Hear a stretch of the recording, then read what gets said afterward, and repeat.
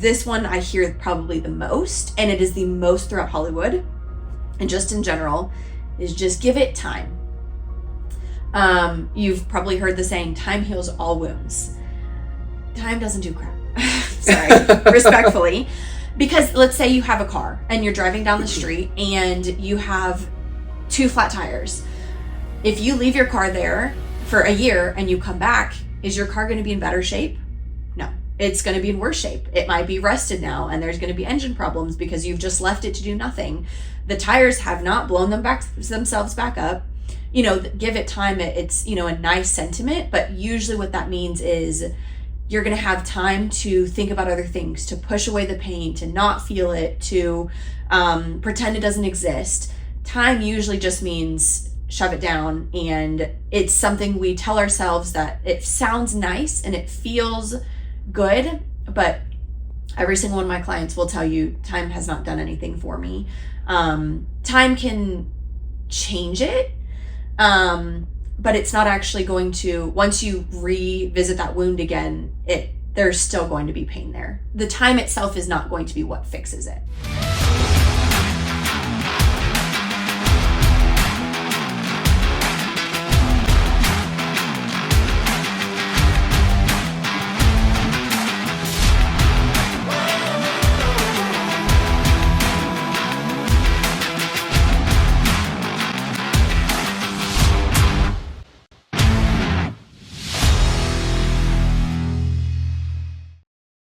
Hello everyone, I'm Adam with CM Nutrition and Wellness, and I'm really excited about the episode today. Definitely a different setup, and this is something I've been looking forward to for a very long time. This episode is actually going to be based on mental health.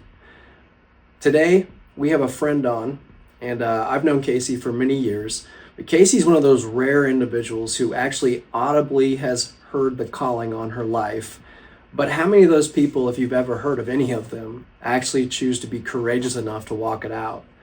I think there's a misconception that just because you're called to something and you undertake it, that actually it should be easy. It should come naturally and it should come together organically. And I can tell you that that is anything but the case. But instead of hearing it from me, I'm excited to let Casey actually dive into her story and unpack what good things she has going on and the subject for us today. So we'll actually be covering unresolved grief today. And with this is our special guest, Hello, Casey McBroom.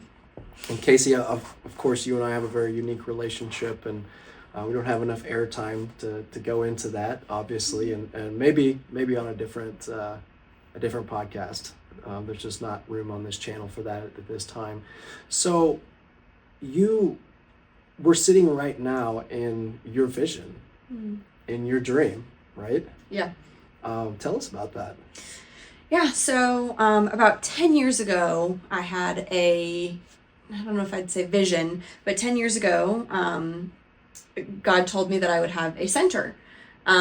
He told me that that it would be a healing center, and I would have people I would come up under before that to kind of train me. But anyways, 10 years ago, I heard, this dream and this vision, and I was like, I have no idea how this is going to happen. And then life happened, and now we're here. So I have a grief and trauma center now. That's huge. And congratulations. I mean, this was a huge work in progress from you. I've had the good fortune of actually knowing Casey since before all this, before she had a building, before she had a clinic. And what I figured out right away is that she had a very heavy anointing on her life. And I just choose to personally believe that your anointing is in direct proportion to the responsibility you're willing to take on. And, she distinguished herself, very quickly once we had met, and she's been a total blessing in our lives. But so grief and grief recovery, there's a lot of different ways we could kind of like open up this can, if you will. But let's start light, because I know that some of this is actually going to be kind of deep. And, so let's just like go rapid fire here, if you'll indulge me. Yeah. How about, let's just start with the basics, right? Because not everybody is really aware of what is grief. So maybe just dive into what is grief at all. Yeah. So grief is, obviously there's, big major loss, but grief is another word for emotional pain. Anything you want to be different, more, or better. Any hopes, dreams, or expectations that you may have. And you said grief recovery. The word recovery means to feel better. And so grief, the opposite of that is pain. So anything that brings you pain is, I would consider grief. So how does grief exactly stand apart from other trauma? Like I've gone to counseling, before in the past when I've gone through things, and obviously we live in a world that's very familiar with counseling. Like how does it stand apart? Why do people need to go to a grief recovery specialist as opposed to a counselor? So I want to first say that I love therapists. I love mental health just in general, but the program that I teach is different than most therapists because a lot of times we are trying to process things and we're trying to kind of move through things. But in grief, there's what we call, you feel incomplete. So there's incompletion. So again, that different, more, or better, any hopes, dreams, expectations, they're things that let's use, a person, for example, and, your friendship just ends and it's all of these things that you would want to say to them and things that you want to process, or, somebody dies and there's so much more life that you wanted to live with them. You just have this feeling of feeling incomplete. And that manifests in a lot of different ways. But the grief recovery method, which is what I teach, it is a step-by-step program of how to heal your heart, which might feel confusing because most people think, oh, you can never heal from grief. Like, you're always going to miss that person. And that's true. And like I said, the word recovery means to feel better. Okay. So I knew Casey, and we were newly married, been married a couple years, and my wife, without going into it, went through some trauma. And so Casey recommended this grief recovery method. If you want to show them the book there you go. The grief recovery handbook. And my wife read it, got a different perspective, a different understanding on grief. And then she put it in my lap, and I've always been a reader. So I'm like, okay, I'm open to this. And so I read it as well. And what I found is that I gained a better understanding of grief and the process of grief. That grief comes just as a natural conclusion of change. Like, you go through change. I would highly recommend the book, by the way, even if you haven't gone through, a very traumatic situation, because it leveled up my emotional intelligence. And then, as a result of that, I felt like that I've been able to navigate, struggles that have come up since that time far more effectively because I had a greater sense of awareness, and so highly recommend the book. And that's obviously what Casey's practice, is that right to say, is founded on. Is it ever kind of confrontational, or is it always confrontational when you have to, because it's an uncomfortable process to help someone deal with their grief, right? Yeah, I think one of the things that I hear the most from clients is there's so much more here than I realized. And so people will see, this, and then I have to draw it out and realize, oh, there's all of this. So sometimes it is confrontational, but you cannot change or heal what you don't acknowledge. And so helping people just see what's there so that I can help them walk through it. Sure. Yeah, I like to say that people can't change what they don't confront, but that's not quite as soft as the way you said it. I think if you feel like that it'd be valuable, how did you even get in the position of audibly hearing that call? How did you even get into this position? Let's share your story if you're willing to. Yeah, so I actually had 8 major losses in 6 months, and subsequently then through all of the deep grief, I thought it was depression, which there's some of that, but depression is usually a symptom of grief. And so I had all of these losses, did not want to live, was struggling so much, and someone told me about this book and about this program.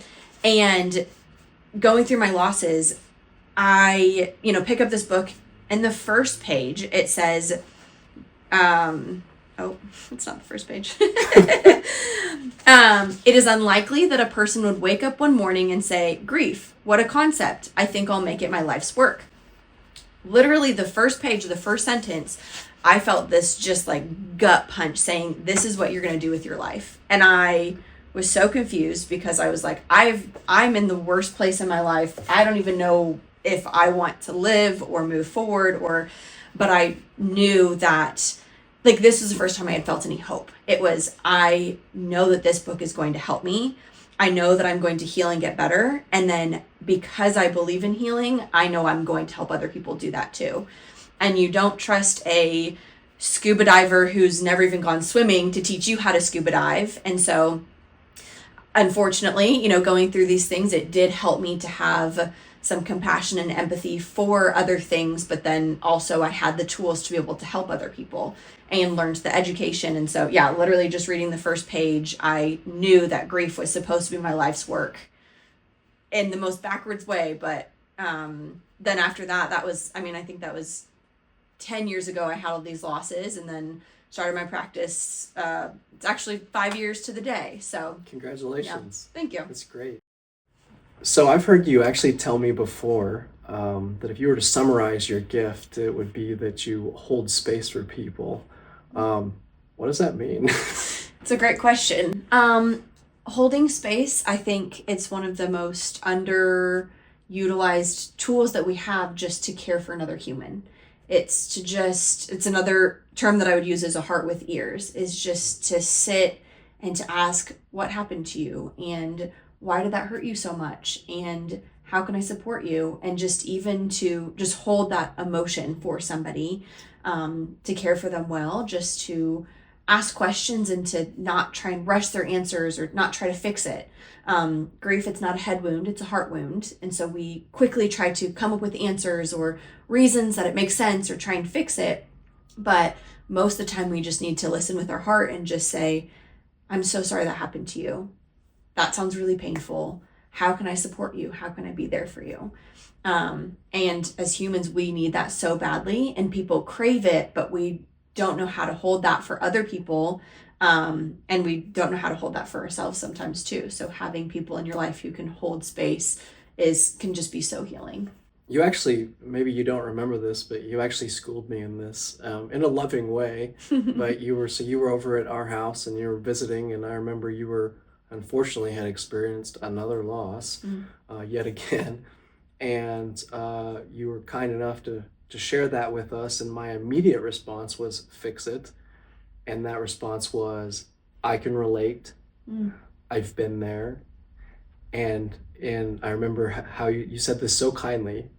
You're like, I appreciate the sentiment and where this is coming from, but that doesn't help. Right? It's not about you.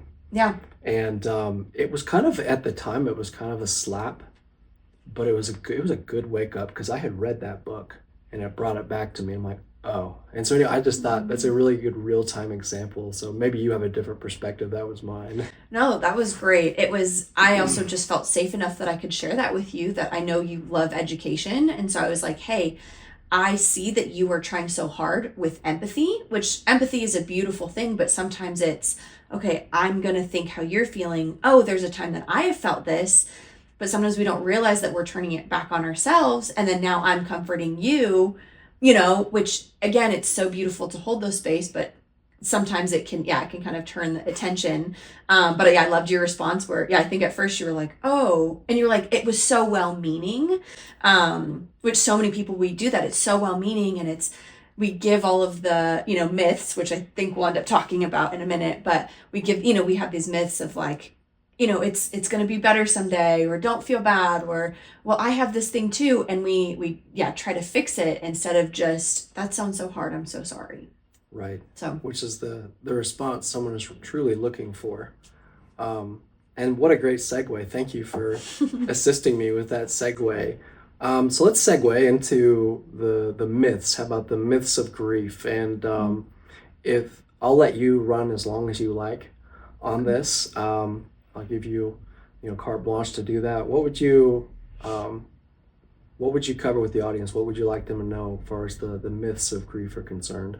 Yeah, so I think there's 6 myths, but even before that, kind of talking about the stages of grief, that I wouldn't say myth is the right word for that, but that is Dr. Elizabeth Kubler-Ross. She came up with that many, many years ago. But that was for what someone who is going through terminal illness might experience. And people took it and they ran with it. And now they try and put, I'm going through this. So what are the stages of grief that I'm going through? But grief doesn't happen in stages. It happens all the time, anytime. It's like I can be anger and denial and, it's all of them all at once. I can feel none of them, And so, again, it's that logic, our brain trying to put it into, I should feel this, or why don't I feel this? And it creates this logic instead of just feeling what you feel. But I'm going to go to the book because it's just Please. Perfect the way that they put them too. The first one is, and these are the things that most people hear after loss, or just any kind of emotional pain, which number one is don't feel bad. Now, some people might not come out and just say, oh, don't feel bad, but it's basically how the thought is, how can I make you feel better? How can I make sure you don't feel that anymore? How can I fix this? Don't feel bad. Like, let's use a breakup. It's, well, you'll find somebody else. Don't feel bad. Like, you'll find somebody else, or they were, kind of a trash person anyways. It's how do we minimize your pain? Right, let's move on. Yeah, let's move on. Let's make you feel better. And, your grandma died. Well, don't feel bad. Like, she's in heaven, or she was really old, or she wasn't in pain. She's with God now. Yes. She's in a better place. Yes, which even if you logically believe that, your heart, that doesn't always help sometimes. So true. And so that, don't feel bad. Like, and if you watch in movies, so many of these things are said, oh, don't feel bad, and then move on. And you're like, wait, something horrible just happened. What do you mean don't feel bad? Like, Some of these are all so well-meaning. And again, we don't really know better. We're not educated on these things. Wait, are you saying Hollywood exacerbates this problem? Just a little bit. Yes. No way. But they're not educated either. Like, as humans, grief is the most normal and natural thing we go through. And it's the least, like, we have no resources for this. So true. And so the second one until now. Yes. Mm-hmm. And education first is such an important part of this. Number two is replace the loss. And it's kind of like with dating, where it's, you went through a breakup or a divorce, or this is the most wild one, is I will have friends who have, friends or clients who have a loss. Like, a client lost her husband, and 1 year later, her friends are like, so when are you going to go date again? When are you going to go? And she's like, which it's, again, so well-meaning, but she's like, I've been with this man for 50 years. What do you mean go date? Like, replace the loss, go do something, go find somebody else. Or another common one is pets, where, a dog dies. And this especially, I think, is with children, where, your child will have a pet and the pet dies, and it's, we'll get you another one. And don't be sad. Again, don't feel bad. Don't be sad. We're going to get you another one. Don't be sad, and here's why. We're going to get you another one. It's going to be just fine. And I hear stories often of, I had a client who had a horse, and her horse was her best friend, and her horse died. And her parents said, we'll get you a new horse. My client didn't know why, but she ended up hating the new horse, and it was because she was grieving. And so then now she's feeling shame, because she's like, why do I hate this horse? I don't understand. But she's feeling the grief of, I didn't want a new horse. This horse is nothing like my horse. Right. It's, I didn't get the chance to actually hold this, feel this, process this. And so, replace the loss is a very common one as well. Or, you lose a ring or something like that, where it's, we'll just get you another one. And it's like, that one was sentimental, and people try to minimize that, where it's okay if you're sad about that. Number three, people, again, don't come out and say this one, but there's a lot of undertones of this, which is grieve alone. It's, you're having a hard day. Why don't you go up to your room? If you're having a tantrum, go to your room. If, people are just, I'll just give you some space. That happens a lot when somebody goes through a loss. I'm giving you space to process. They never asked for space. And then on the flip side is the griever a lot of times will say, I'm going to grieve alone because I don't think people actually want to hold space for me. I don't think people want to listen. They don't want to care about this. They don't want to show up for me. And so I'm just going to go disappear, and I'm going to go isolate until I feel better, and then people will want to be around me again. So that's a very common one. 4. Now this one actually is one of the most, this one I hear probably the most, and it is the most throughout Hollywood and just in general, is just give it time. You've probably heard the saying, time heals all wounds. Time doesn't do crap. Sorry, respectfully. Because let's say you have a car and you're driving down the street and you have 2 flat tires. If you leave your car there for a year and you come back, is your car going to be in better shape? No, it's going to be in worse shape. It might be rusted now and there's going to be engine problems because you've just left it to do nothing. The tires have not blown themselves back up. Give it time. It's, a nice sentiment, but usually what that means is you're going to have time to think about other things, to push away the pain, to not feel it, to pretend it doesn't exist. Time usually just means shove it down, and it's something we tell ourselves that it sounds nice and it feels good, but every single one of my clients will tell you time has not done anything for me. Time can change it, but it's not actually going to, once you revisit that wound again, there's still going to be pain there. The time itself is not going to be what fixes it. So that's a big common myth. Myth 5 is be strong for others. And again, this one kind of is push down your pain, is what it kind of translates to me. Be strong for others. It's, a mom who just lost her mom and I need to be strong for my kids so that they don't see me crumbling. Well, what if your kids actually need to see you not okay? What if you pushing it down again is going to make it worse? Be strong usually means push it down. Strength is showing up for yourself, allowing yourself to be there, to not be okay. Now, obviously, we can't just, give up everything and, it's like you still got to feed your kids, you still got to do your laundry, you still got to go to work. And doesn't mean be strong. It's a lot of times also like I use, the same example of a mom coming to her kid and, her acting like everything's okay. Now the kid feels like they have to be okay. It's I have to be strong for mom because mom's being strong for me. And I hear this in families a lot where, okay, I'm going to be strong for them. I'm going to be strong for them. And so nobody's actually talking about what they're feeling and everyone's shoving it down, but everybody's miserable and then they're grieving alone. And so I'm just going to take the time that I need. So they all kind of play off of each other. I feel like we could do a podcast episode on each one of these myths by themselves. Absolutely. Yeah. And there's a section on each of these. And I could give a million stories for each as well too. But these are the most common things that's why there's, the typical ones that everyone's heard or experienced in one way or another.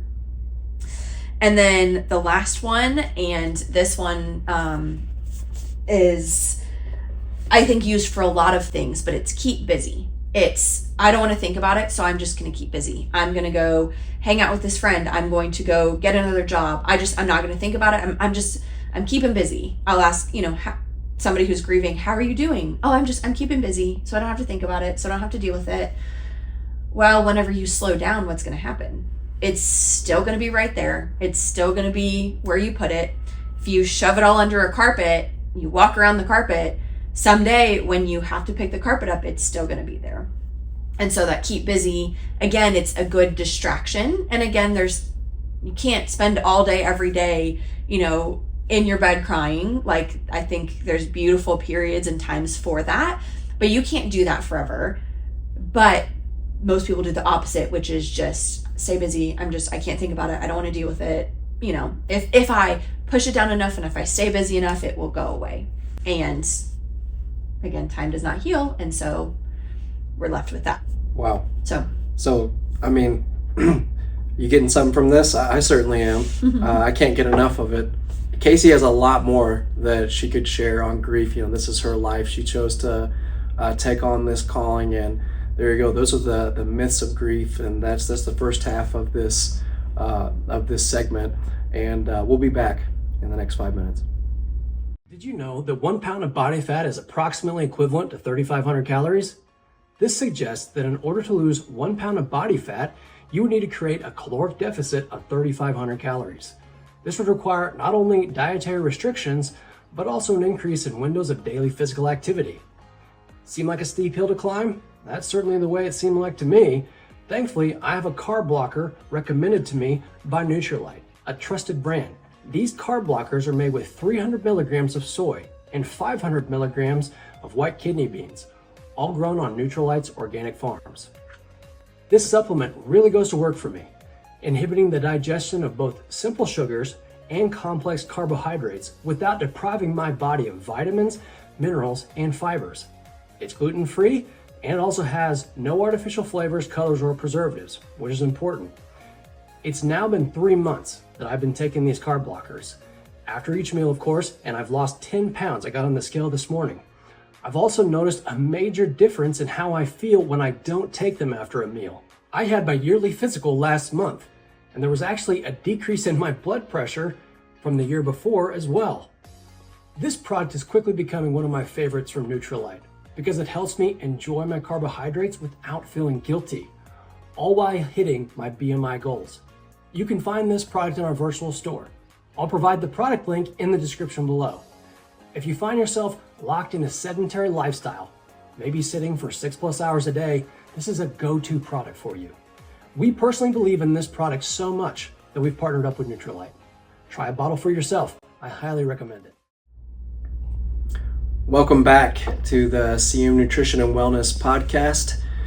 We are joined today by my very good friend, Casey McBroom.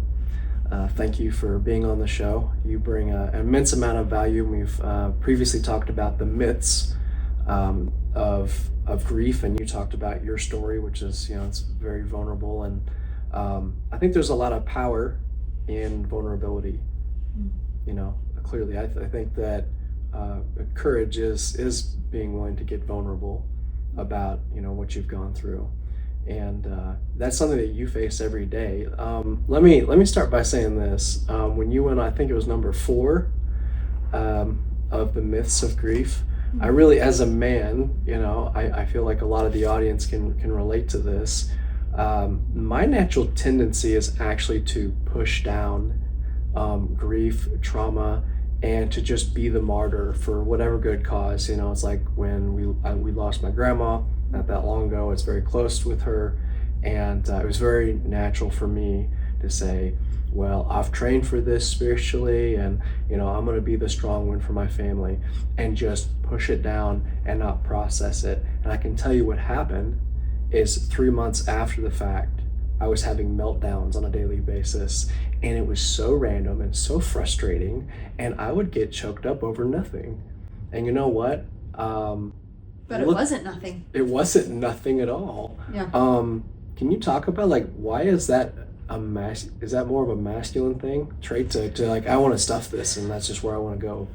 I think it's a human thing. I think more so men in general, it's be a man, suck it up, push it down. It's like, don't be sad, things like that.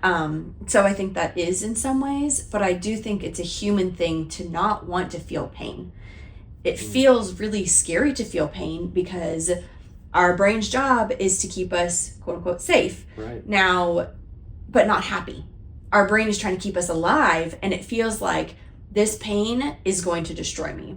I've been told not to feel bad. I've been told that pain is bad. I don't like feeling pain. And so it feels like this threat. And so our brain is like, I'm not gonna feel it, but your body will demand that you feel it. Grief can cause over 200 different symptoms. And even scary. Yeah, it is. And they can seem, like you said, so random, but your body will demand that you process your grief in one way or another. It will come out in some kind of physical ailment. It'll come out in anxiety, depression. It will come out in, I've seen people I had a client whose husband died of a heart attack, and she had a heart attack 2 months later. Oh, wow. Because did not know how to process it, and going through something so traumatic puts so much stress on your body. At a neurological level. Yes, yeah. Absolutely. And so as humans, we feel like it's going to kill us, like it's going to hurt us. And a therapist told me one time, your emotions cannot kill you. And for some reason it shocked me because I was like, wait, what do you mean? We actually are supposed to feel them? It's like, this lady hasn't gone through suffering, apparently. Yeah. And so like, but I think that's one of the main reasons that people go to therapy or do this work, because it's, again, you cannot change or heal what you don't acknowledge, what you don't face. And so yeah, as humans, we want to shove it down. We want to push it down. And logically, we feel like if we do push it down, we're going to be okay. It's going to be better that way. And most people don't see the benefits of feeling the pain. They're like, it's still going to suck. It's still going to be here. My grandma's still going to be dead. Why would I do this? But your body has to release the pain. It will stay stuck in your body. And that's not to scare people, but it's like, it's going to stay stuck in your body until you process it. And there's many, many ways to do that. But let's talk about that. Okay. If once we get to that, if you're ready. Yeah, absolutely. But yeah, I think so many people are afraid of what their grief will do to them.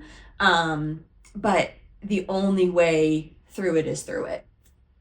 Really deep. So yeah, I know. And and I think a lot of people, that's what I love the difference between this and therapy is because sometimes therapy, we will process same things over and over and over again, which definitely has its place. But this, it's what we call like healing components. And so we help you actually heal from that grief. So it has somewhere to go. So you can really, truly work through it and feel better. Because, and I think people, it's still going to feel the same. It's still going to feel as bad. I'm going to cry and I'm still going to feel worse. And it's like, but we don't know how to heal it and how to process it. So our brain just goes in these same loops. So just being able to, move through it can help. And then, there's a lot of different ways to do that. Obviously, like the method it's been around for over 50 years. It is evidence-based. It was written by two men who had been grieving themselves and did not know how to heal their hearts. They, people would say all these myths to them and they're like, this can't be it. Like, this cannot be how I'm going to feel the rest of my life. We have to do something. And they created this, and it's evidence-based, meaning that it works. That they did in a whole bunch of, there's real data out there that says you will feel better if you go through this. That's part of it, but I think coping, so coping and grounding. That's the next topic. Yes, I'm like, let's segue into that. Yes, I will do it for you. Why don't you just run this podcast? Okay. No, thank you. But we're just on the same page. It's great. Let me just stop and say that this topic, like, this is it. This is what you came for. Mm-hmm. We can talk about grief. We've defined grief. We've talked about the repercussions of unresolved grief, which all of us have. Mm-hmm. And if you don't, you don't be scared. You will. Yeah. So this is what you came for, and I brought you the best. I brought you someone that literally empowers people to confront with their unresolved grief that they're currently going through or they have gone through on a daily basis. And I'm really excited about this topic. So why don't you just let them have it? Okay. So I would say, coping versus grounding. Coping is normal, natural, healthy, can be, but it also can be destructive or not truly healing. Coping it can be anything. Like, you can use anything to cope. Food, sex, alcohol, drugs, exercise, anger, isolation, workaholism, shopping, fantasy, addiction, anything. And some of those things aren't necessarily inherently bad. Let's use exercise, for example. Exercise is so good for your body. It is healing. It is natural. It is beautiful. But how many of you guys know a gym bro that's like, the gym is my therapy? And please go see a therapist. Absolutely. It can be so good for you. And just to make sure, it's not going to fix it. It can definitely help, but it's anything you can use as a coping mechanism. I'm going to go to the gym and work really, really hard. I almost said 12 days a week. That doesn't make sense. 12 times in a week. I would go 12 days in a week. I know you would. 12 times in a week, which if that's like a normal pattern for you, okay. But a lot of people don't realize that's what they're doing to cope. So it's healthy. Same with food, where our bodies needs nutrients, and an Oreo here or there, it's going to be okay. But if you're eating a pack of Oreos every single day, why, and Why just not? checking in. You're right. But it's making you feel better. It's, kind of cutting off some of the pain off the top, and it feels better for a moment. Scrolling on your phone, it can be coping. If you've had a long, stressful day, I'm going to go scroll on my phone for a bit. And again, not necessarily bad, but I'm trying to numb things out. I'm trying to not think about it. I'm trying to, fix the things. Whereas grounding would be a little bit different. Whereas, after work, I might scroll on my phone for a minute, but it's not going to be life-giving. I'm not going to feel better. I'm not going to be working through it. Some grounding tools would be, with the same, it can be working out. It can be going on a long walk. It can be coloring. It can be journaling. It can be talking to a friend, going to go see a grief specialist or therapist. It can be taking time to just sit in nature. It can be, looking at the plants in your garden. Even cooking or cleaning, like those things, if you slow down and you just allow yourself to be present in the moment, those things can be really grounding and they can help you heal. But really taking time to do the work, journaling and processing and, there's many, many ways, but it's what are going to be the things that fill up your tank and not just, again, kind of cover the top and just cut down some of the pain. Mm-hmm. So it would be like the difference between grounding and further views grounding and what? Coping and grounding. Coping and grounding. Mm-hmm. Yeah. And there's a huge difference, between those two. Why do you think that in our culture today, in the American culture, why is it such an enigma? Why is grief such an enigma as compared to, other countries? Why is it so bad here? I think there's a lot of reasons there. Again, we're not allowed to grieve. Even anger is one of the biggest things that comes from grief a lot of times. But it's easier to walk around a little bit pissed off, a little bit angry than it is to walk around sad. You walk around sad and people are like, they're there. Whereas if you're angry, it's, oh yeah, screw that guy. Or yeah, the mailman pissed me off this week too. It's like we're all a little bit angry and we're all a little bit like so we can get behind each other. Yeah, it's the social norm. Whereas sadness, it's okay, I have this much, but I don't know. And we also were not taught that we can have feelings, that we can be sad. And so like when people are like, I don't know why they couldn't be there for me. Because they're not there for themselves. They cannot hold space for themselves. They can't process and heal their own wounds. So how would they be able to help you? Right. And so we just are not taught how to do it. We also are such consumers. Like we are taught how to get and get and get and get and get a new friend and get a new job and get and buy this thing. And like, we're such a consumer, like country that we're not taught what to do when we lose things. It's buy more stuff and fix it this way and go, we're taught to do more because we can, because we're very privileged. And this is not to make this, political at all or anything, but it's like, we are very privileged in general. And so we know what we can do that's going to make us feel better. I'm going to go buy this thing. I'm going to go get Starbucks. I'm going to go, it's like Amazon. All day long. Amazon. Absolutely. Yeah. And I think it's just so easy. It's just what we're used to. It's what we see, where we don't have to face our struggles as much because our friends aren't really doing it. And so I don't have to, or I'm uncomfortable watching them because I was told to be uncomfortable. And it's if it's wrong for me, it's wrong for you too. Sure.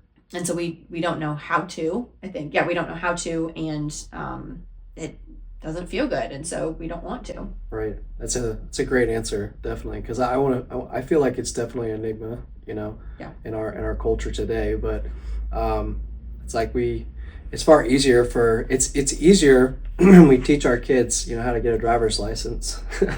We focus on that as opposed to teaching them, how to manage a budget or how to, be a good husband. Yeah. I think it just kind of falls in the cracks more or less. I'm so glad I'm going to know how to do parallelograms in this next parallelogram season. So, yeah, we've learned things, but we're not taught how to do that. And I think this is one of the first generations that is actually allowing people to feel their feelings and I won't go too much into this, but people are like, oh, gentle parenting, it's so like permissive. And it's like, no, that's permissive parenting. It's gentle parenting means we're just allowing our kids to be kids, to be messy, and we're still gonna, there's gonna be consequences for your actions, but I'm not gonna scream at you and tell you that you're wrong for feeling all those things. I'm not gonna let you totally take over the house, and your feelings don't get to make you a jerk, but like you get to say like, that hurts your feelings and I'm really sorry. Okay, what do we do next? It's like giving like those moments. Like when I was a kid, if I was allowed to just be not okay, just run amok. Yeah, like no, it's like, but if I was like allowed to just, hey, I'm sad about this. I'm so sorry that you're sad. I think also people think that grief is going to completely consume them, whereas most of your deep emotions, I mean, there's of course like deep grief, fresh grief that's going to be really painful, but a lot of times like our emotions only need a few minutes for us to like look at them, feel them, and our bodies are designed to let our pain and our struggles and our feelings pass through. But the more we push them away, the more they're going to try and come back and say, like, your heart's going to demand, please let me feel this. Please let me feel this. And your brain's going to say, nope, you can't do it. And so it's even just taking a few minutes and saying, that really hurt my feelings when that person rejected me. I'm not okay with this. This hurts. It's okay that I'm sad. It's okay that this is painful for me. And then we can move through it. And I think a lot of people they try to fix it in their heads of, okay, they rejected me, and how do I make sure that I don't get rejected again? And how do I fix this? And what do I need to do better? And I'm such an awful person. Like, we logic the heck out of it, but it's not going to fix it. Because it's not a head wound, it's a heart wound. Yeah, it's not a logic game, it's a heart wound. And so allowing your heart to speak up and say, oh, that hurt. Is there a callousing that you think happens when people don't respond to that? Mm-hmm. Yeah. Because the more you push it down, the more you have to push it down. The more that you... Say that again. The more you push it down, the more you have to push it down. It's this closet that you have that at first you put a couple things in the closet and it's not that big of a deal. And then you put more and more and more things in the closet. And then you're shoving the closet closed. And at that point, if I open this closet, everything's going to come out all at once. So we're not touching that closet. And so it's this like, okay, let's start in another closet because I cannot touch that. Because if I touch that, it's going to be the end of the world. I'm never going to get through that. And I just shoved it in the closet. Why can't you shove yours in the closet too? I got a lot of that growing up. Yeah. Mm-hmm. I think all of us did. That's so powerful. Everything that you just covered.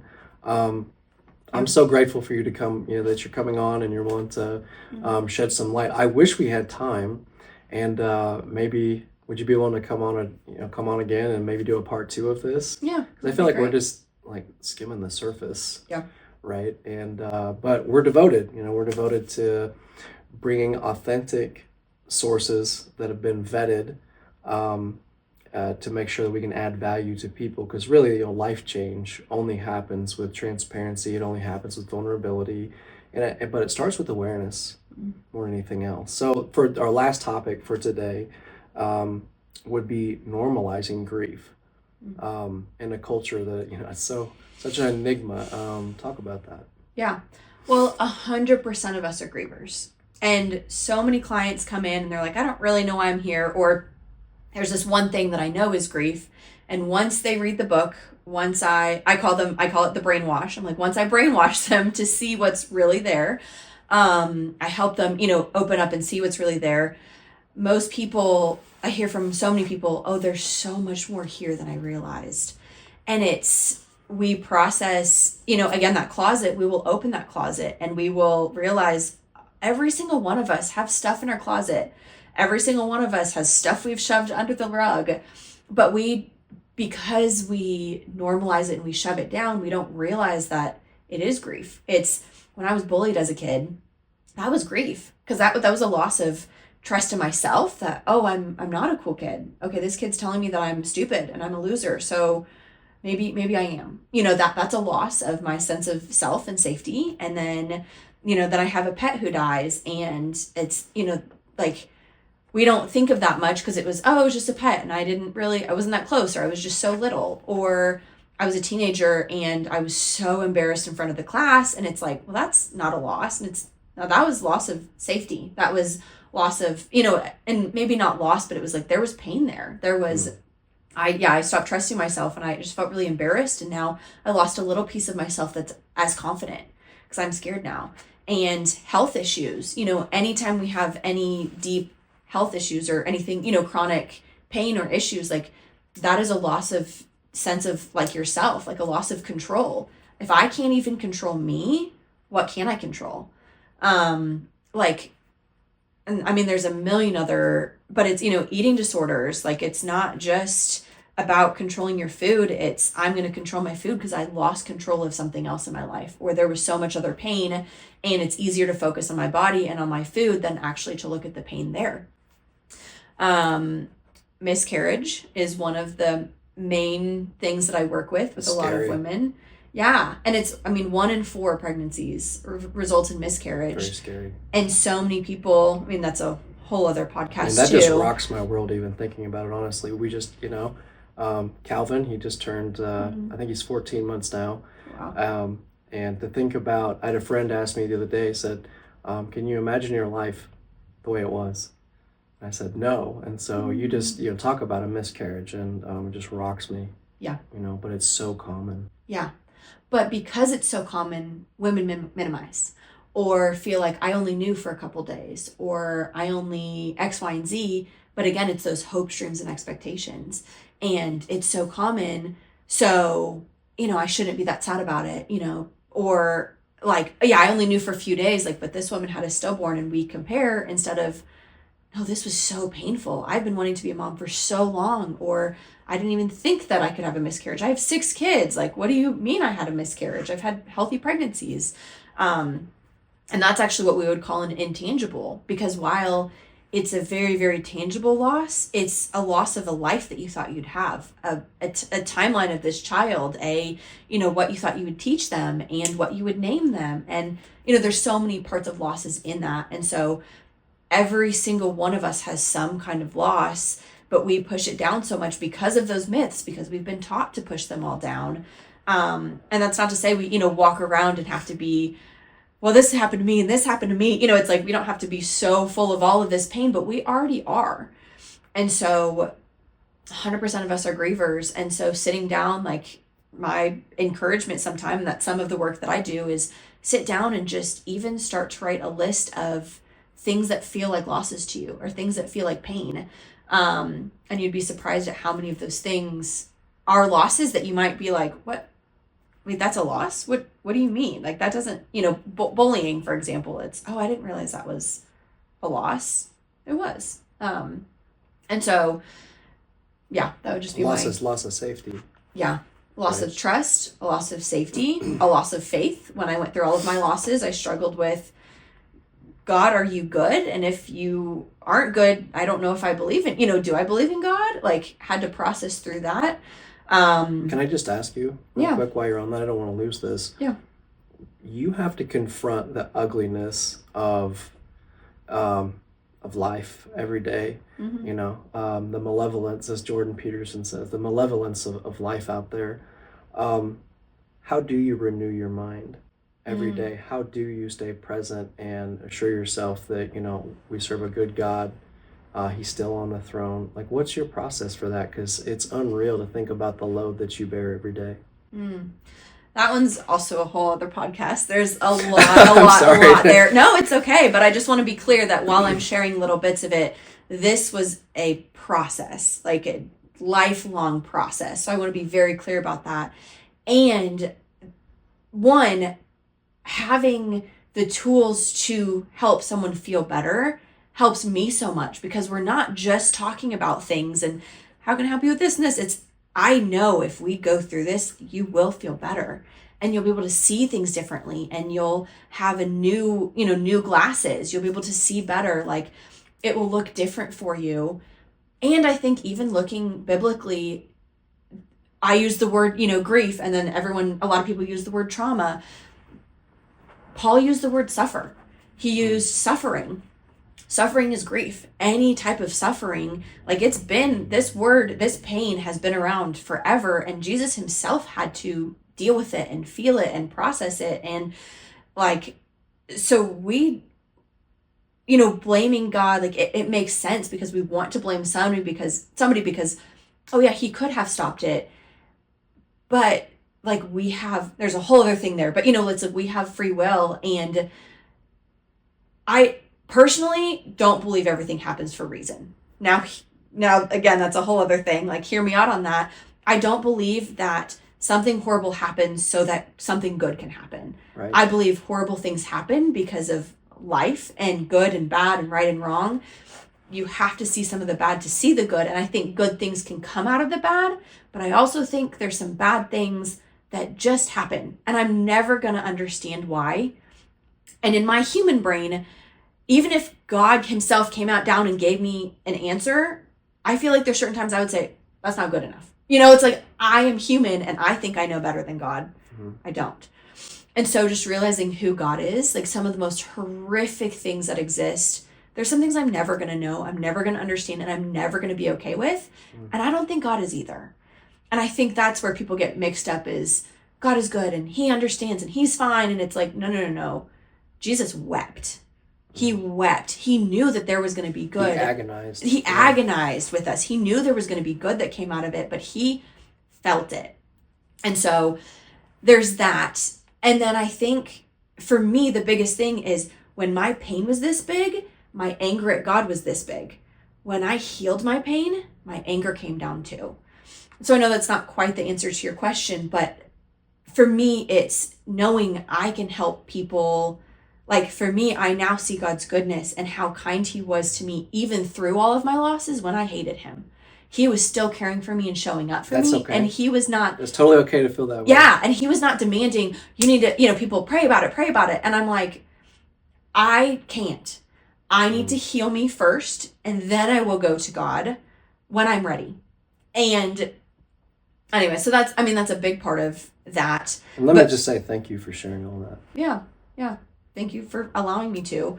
This is, like I said, this is my personal story and what I went through, and there's so many other details, but also I have to believe that, like, I see this work as a coat where you have to put it on, and it's really heavy and it's really hot, and it can be a lot at times. Suffocating even. Yeah, sometimes even suffocating. And then I have to take it off and I have to hang it up. So there's sometimes literally after a really long day or a long week, I will literally sit in my car and go,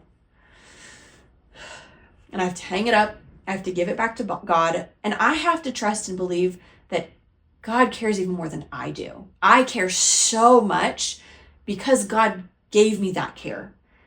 God cares so much more than I do. God is even more heartbroken than I ever was. God is angry and pissed off, and he's hurting with me because he knows right and wrong. He created right and wrong. But God is good, and he can only be good. And so he knows, like, he's going to sit with you in that pain because he knows it's wrong too. And I know that's not where everybody's going to be. Where I was at, I probably couldn't have heard that. But I'm now at that place where I believe that God did fight for me, and he set people in my path to take care of me because I didn't want him to. And that's a bit of a side note, but that's why I am a grief recovery specialist who is a Christian. I'm not a Christian grief recovery specialist, because also people hear in those myths, they will hear, and again, at least they're in heaven, or just pray about it, or all things happen for a reason. And it can be so damaging to people. It's like a knife. Yeah. Yes. And it's holding space. I had people who held space for me and said, I'm so sorry you went through that. That shouldn't have happened. And I'm here for you. I love you. And how can I help you work through this? And I know Jesus would have done the exact same thing for me. He wouldn't have told me to just go, do this, that, and the other. He would sit with me and cry with me and hold me. He said, go overturn some tables somewhere. Go flip some tables. Yeah. Mm-hmm. Mm-hmm. Casey, I really appreciate your time. You're not only effective in this podcast and this interview and setting a lot of people free. I think everybody out there probably has unresolved grief, and honestly, it's something that we stuff down, we put in the closet because we don't know what to do with it. And you know what? The truth of the matter is we didn't cover all the ways today that you should process grief. And let me just say that, like, that you should start, I highly recommend you start with the grief recovery method, because it's going to equip you in ways that we simply can't on this podcast. And it's a very, very well written, it's written at a fourth grade level, in a way that you can receive it within your spirit and be empowered, and you can tangibly do something with it. But let me just say, we can't address all those things, and I hope that we have you back on the show again, because maybe that's something that we can talk to you about, and you can provide some light and some perspective on. So here's some of the things like that I took today. We covered what is grief. We covered the book, the Grief Recovery Method, which was really great. We covered grieving is okay. It's perfectly fine. It's normal. It's a result of change. We covered grounding versus coping and the differences between the two. We covered myths of grief, which I think that it'd be very helpful for everybody to listen to that part through a couple times, because you just rolled. And then we covered normalizing grief. And then we also, of course, covered holding space. And how I want you to, we're going to wrap up here, but the last thing I want you, if you'd be so kind as to leave for the listeners and depart to them, if they want to be able to hold space for somebody that is hurting, how do they do it? I think asking questions. This is, a very cheesy thing, but it's like, there's a reason we have 2 ears and 1 mouth. Is we like to talk as humans. We love to listen to ourselves talk.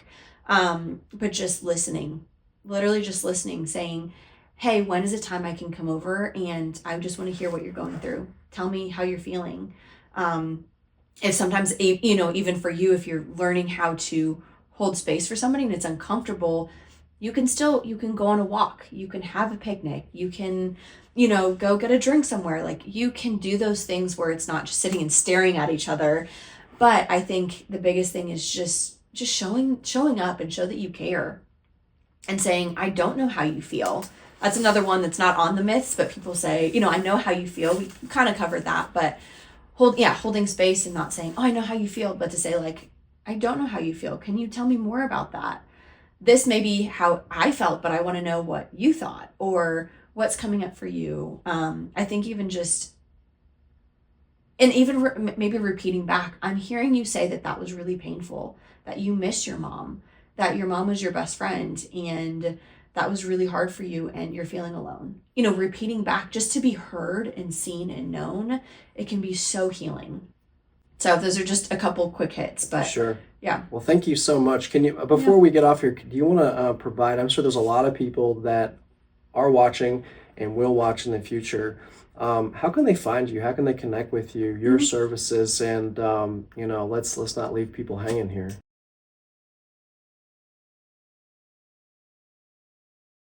Yeah. So, braveandco.com. There you can schedule with me, and if you find me through this, I'll do a free consultation for you. There's my phone number right up at the top, and then there's also an appointment button. Also, there's a button that pops up that says, do you have a question? And I will be the one responding to your question. Not a chat bot. No, it's not a chat bot. Some people treat it like it is, and I'm like, don't be mean to me. I'm a human. I'm a little lady. But yeah, I would say, that's the best way to find me. Or just look up Brave and it's the and sign, Brave and Co. And it should pop up in Grandview, Missouri. We're right here on Main Street.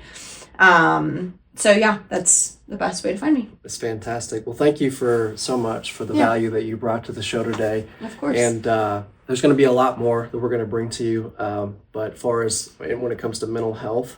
But today we got a really good dose of wisdom and knowledge, and I feel personally, just myself, empowered just sitting through this interview, and what a privilege it was. So with that, I'm Adam with CM Nutrition, where you equip, empower, and educate people to live better, healthier lives. We'll see you again soon.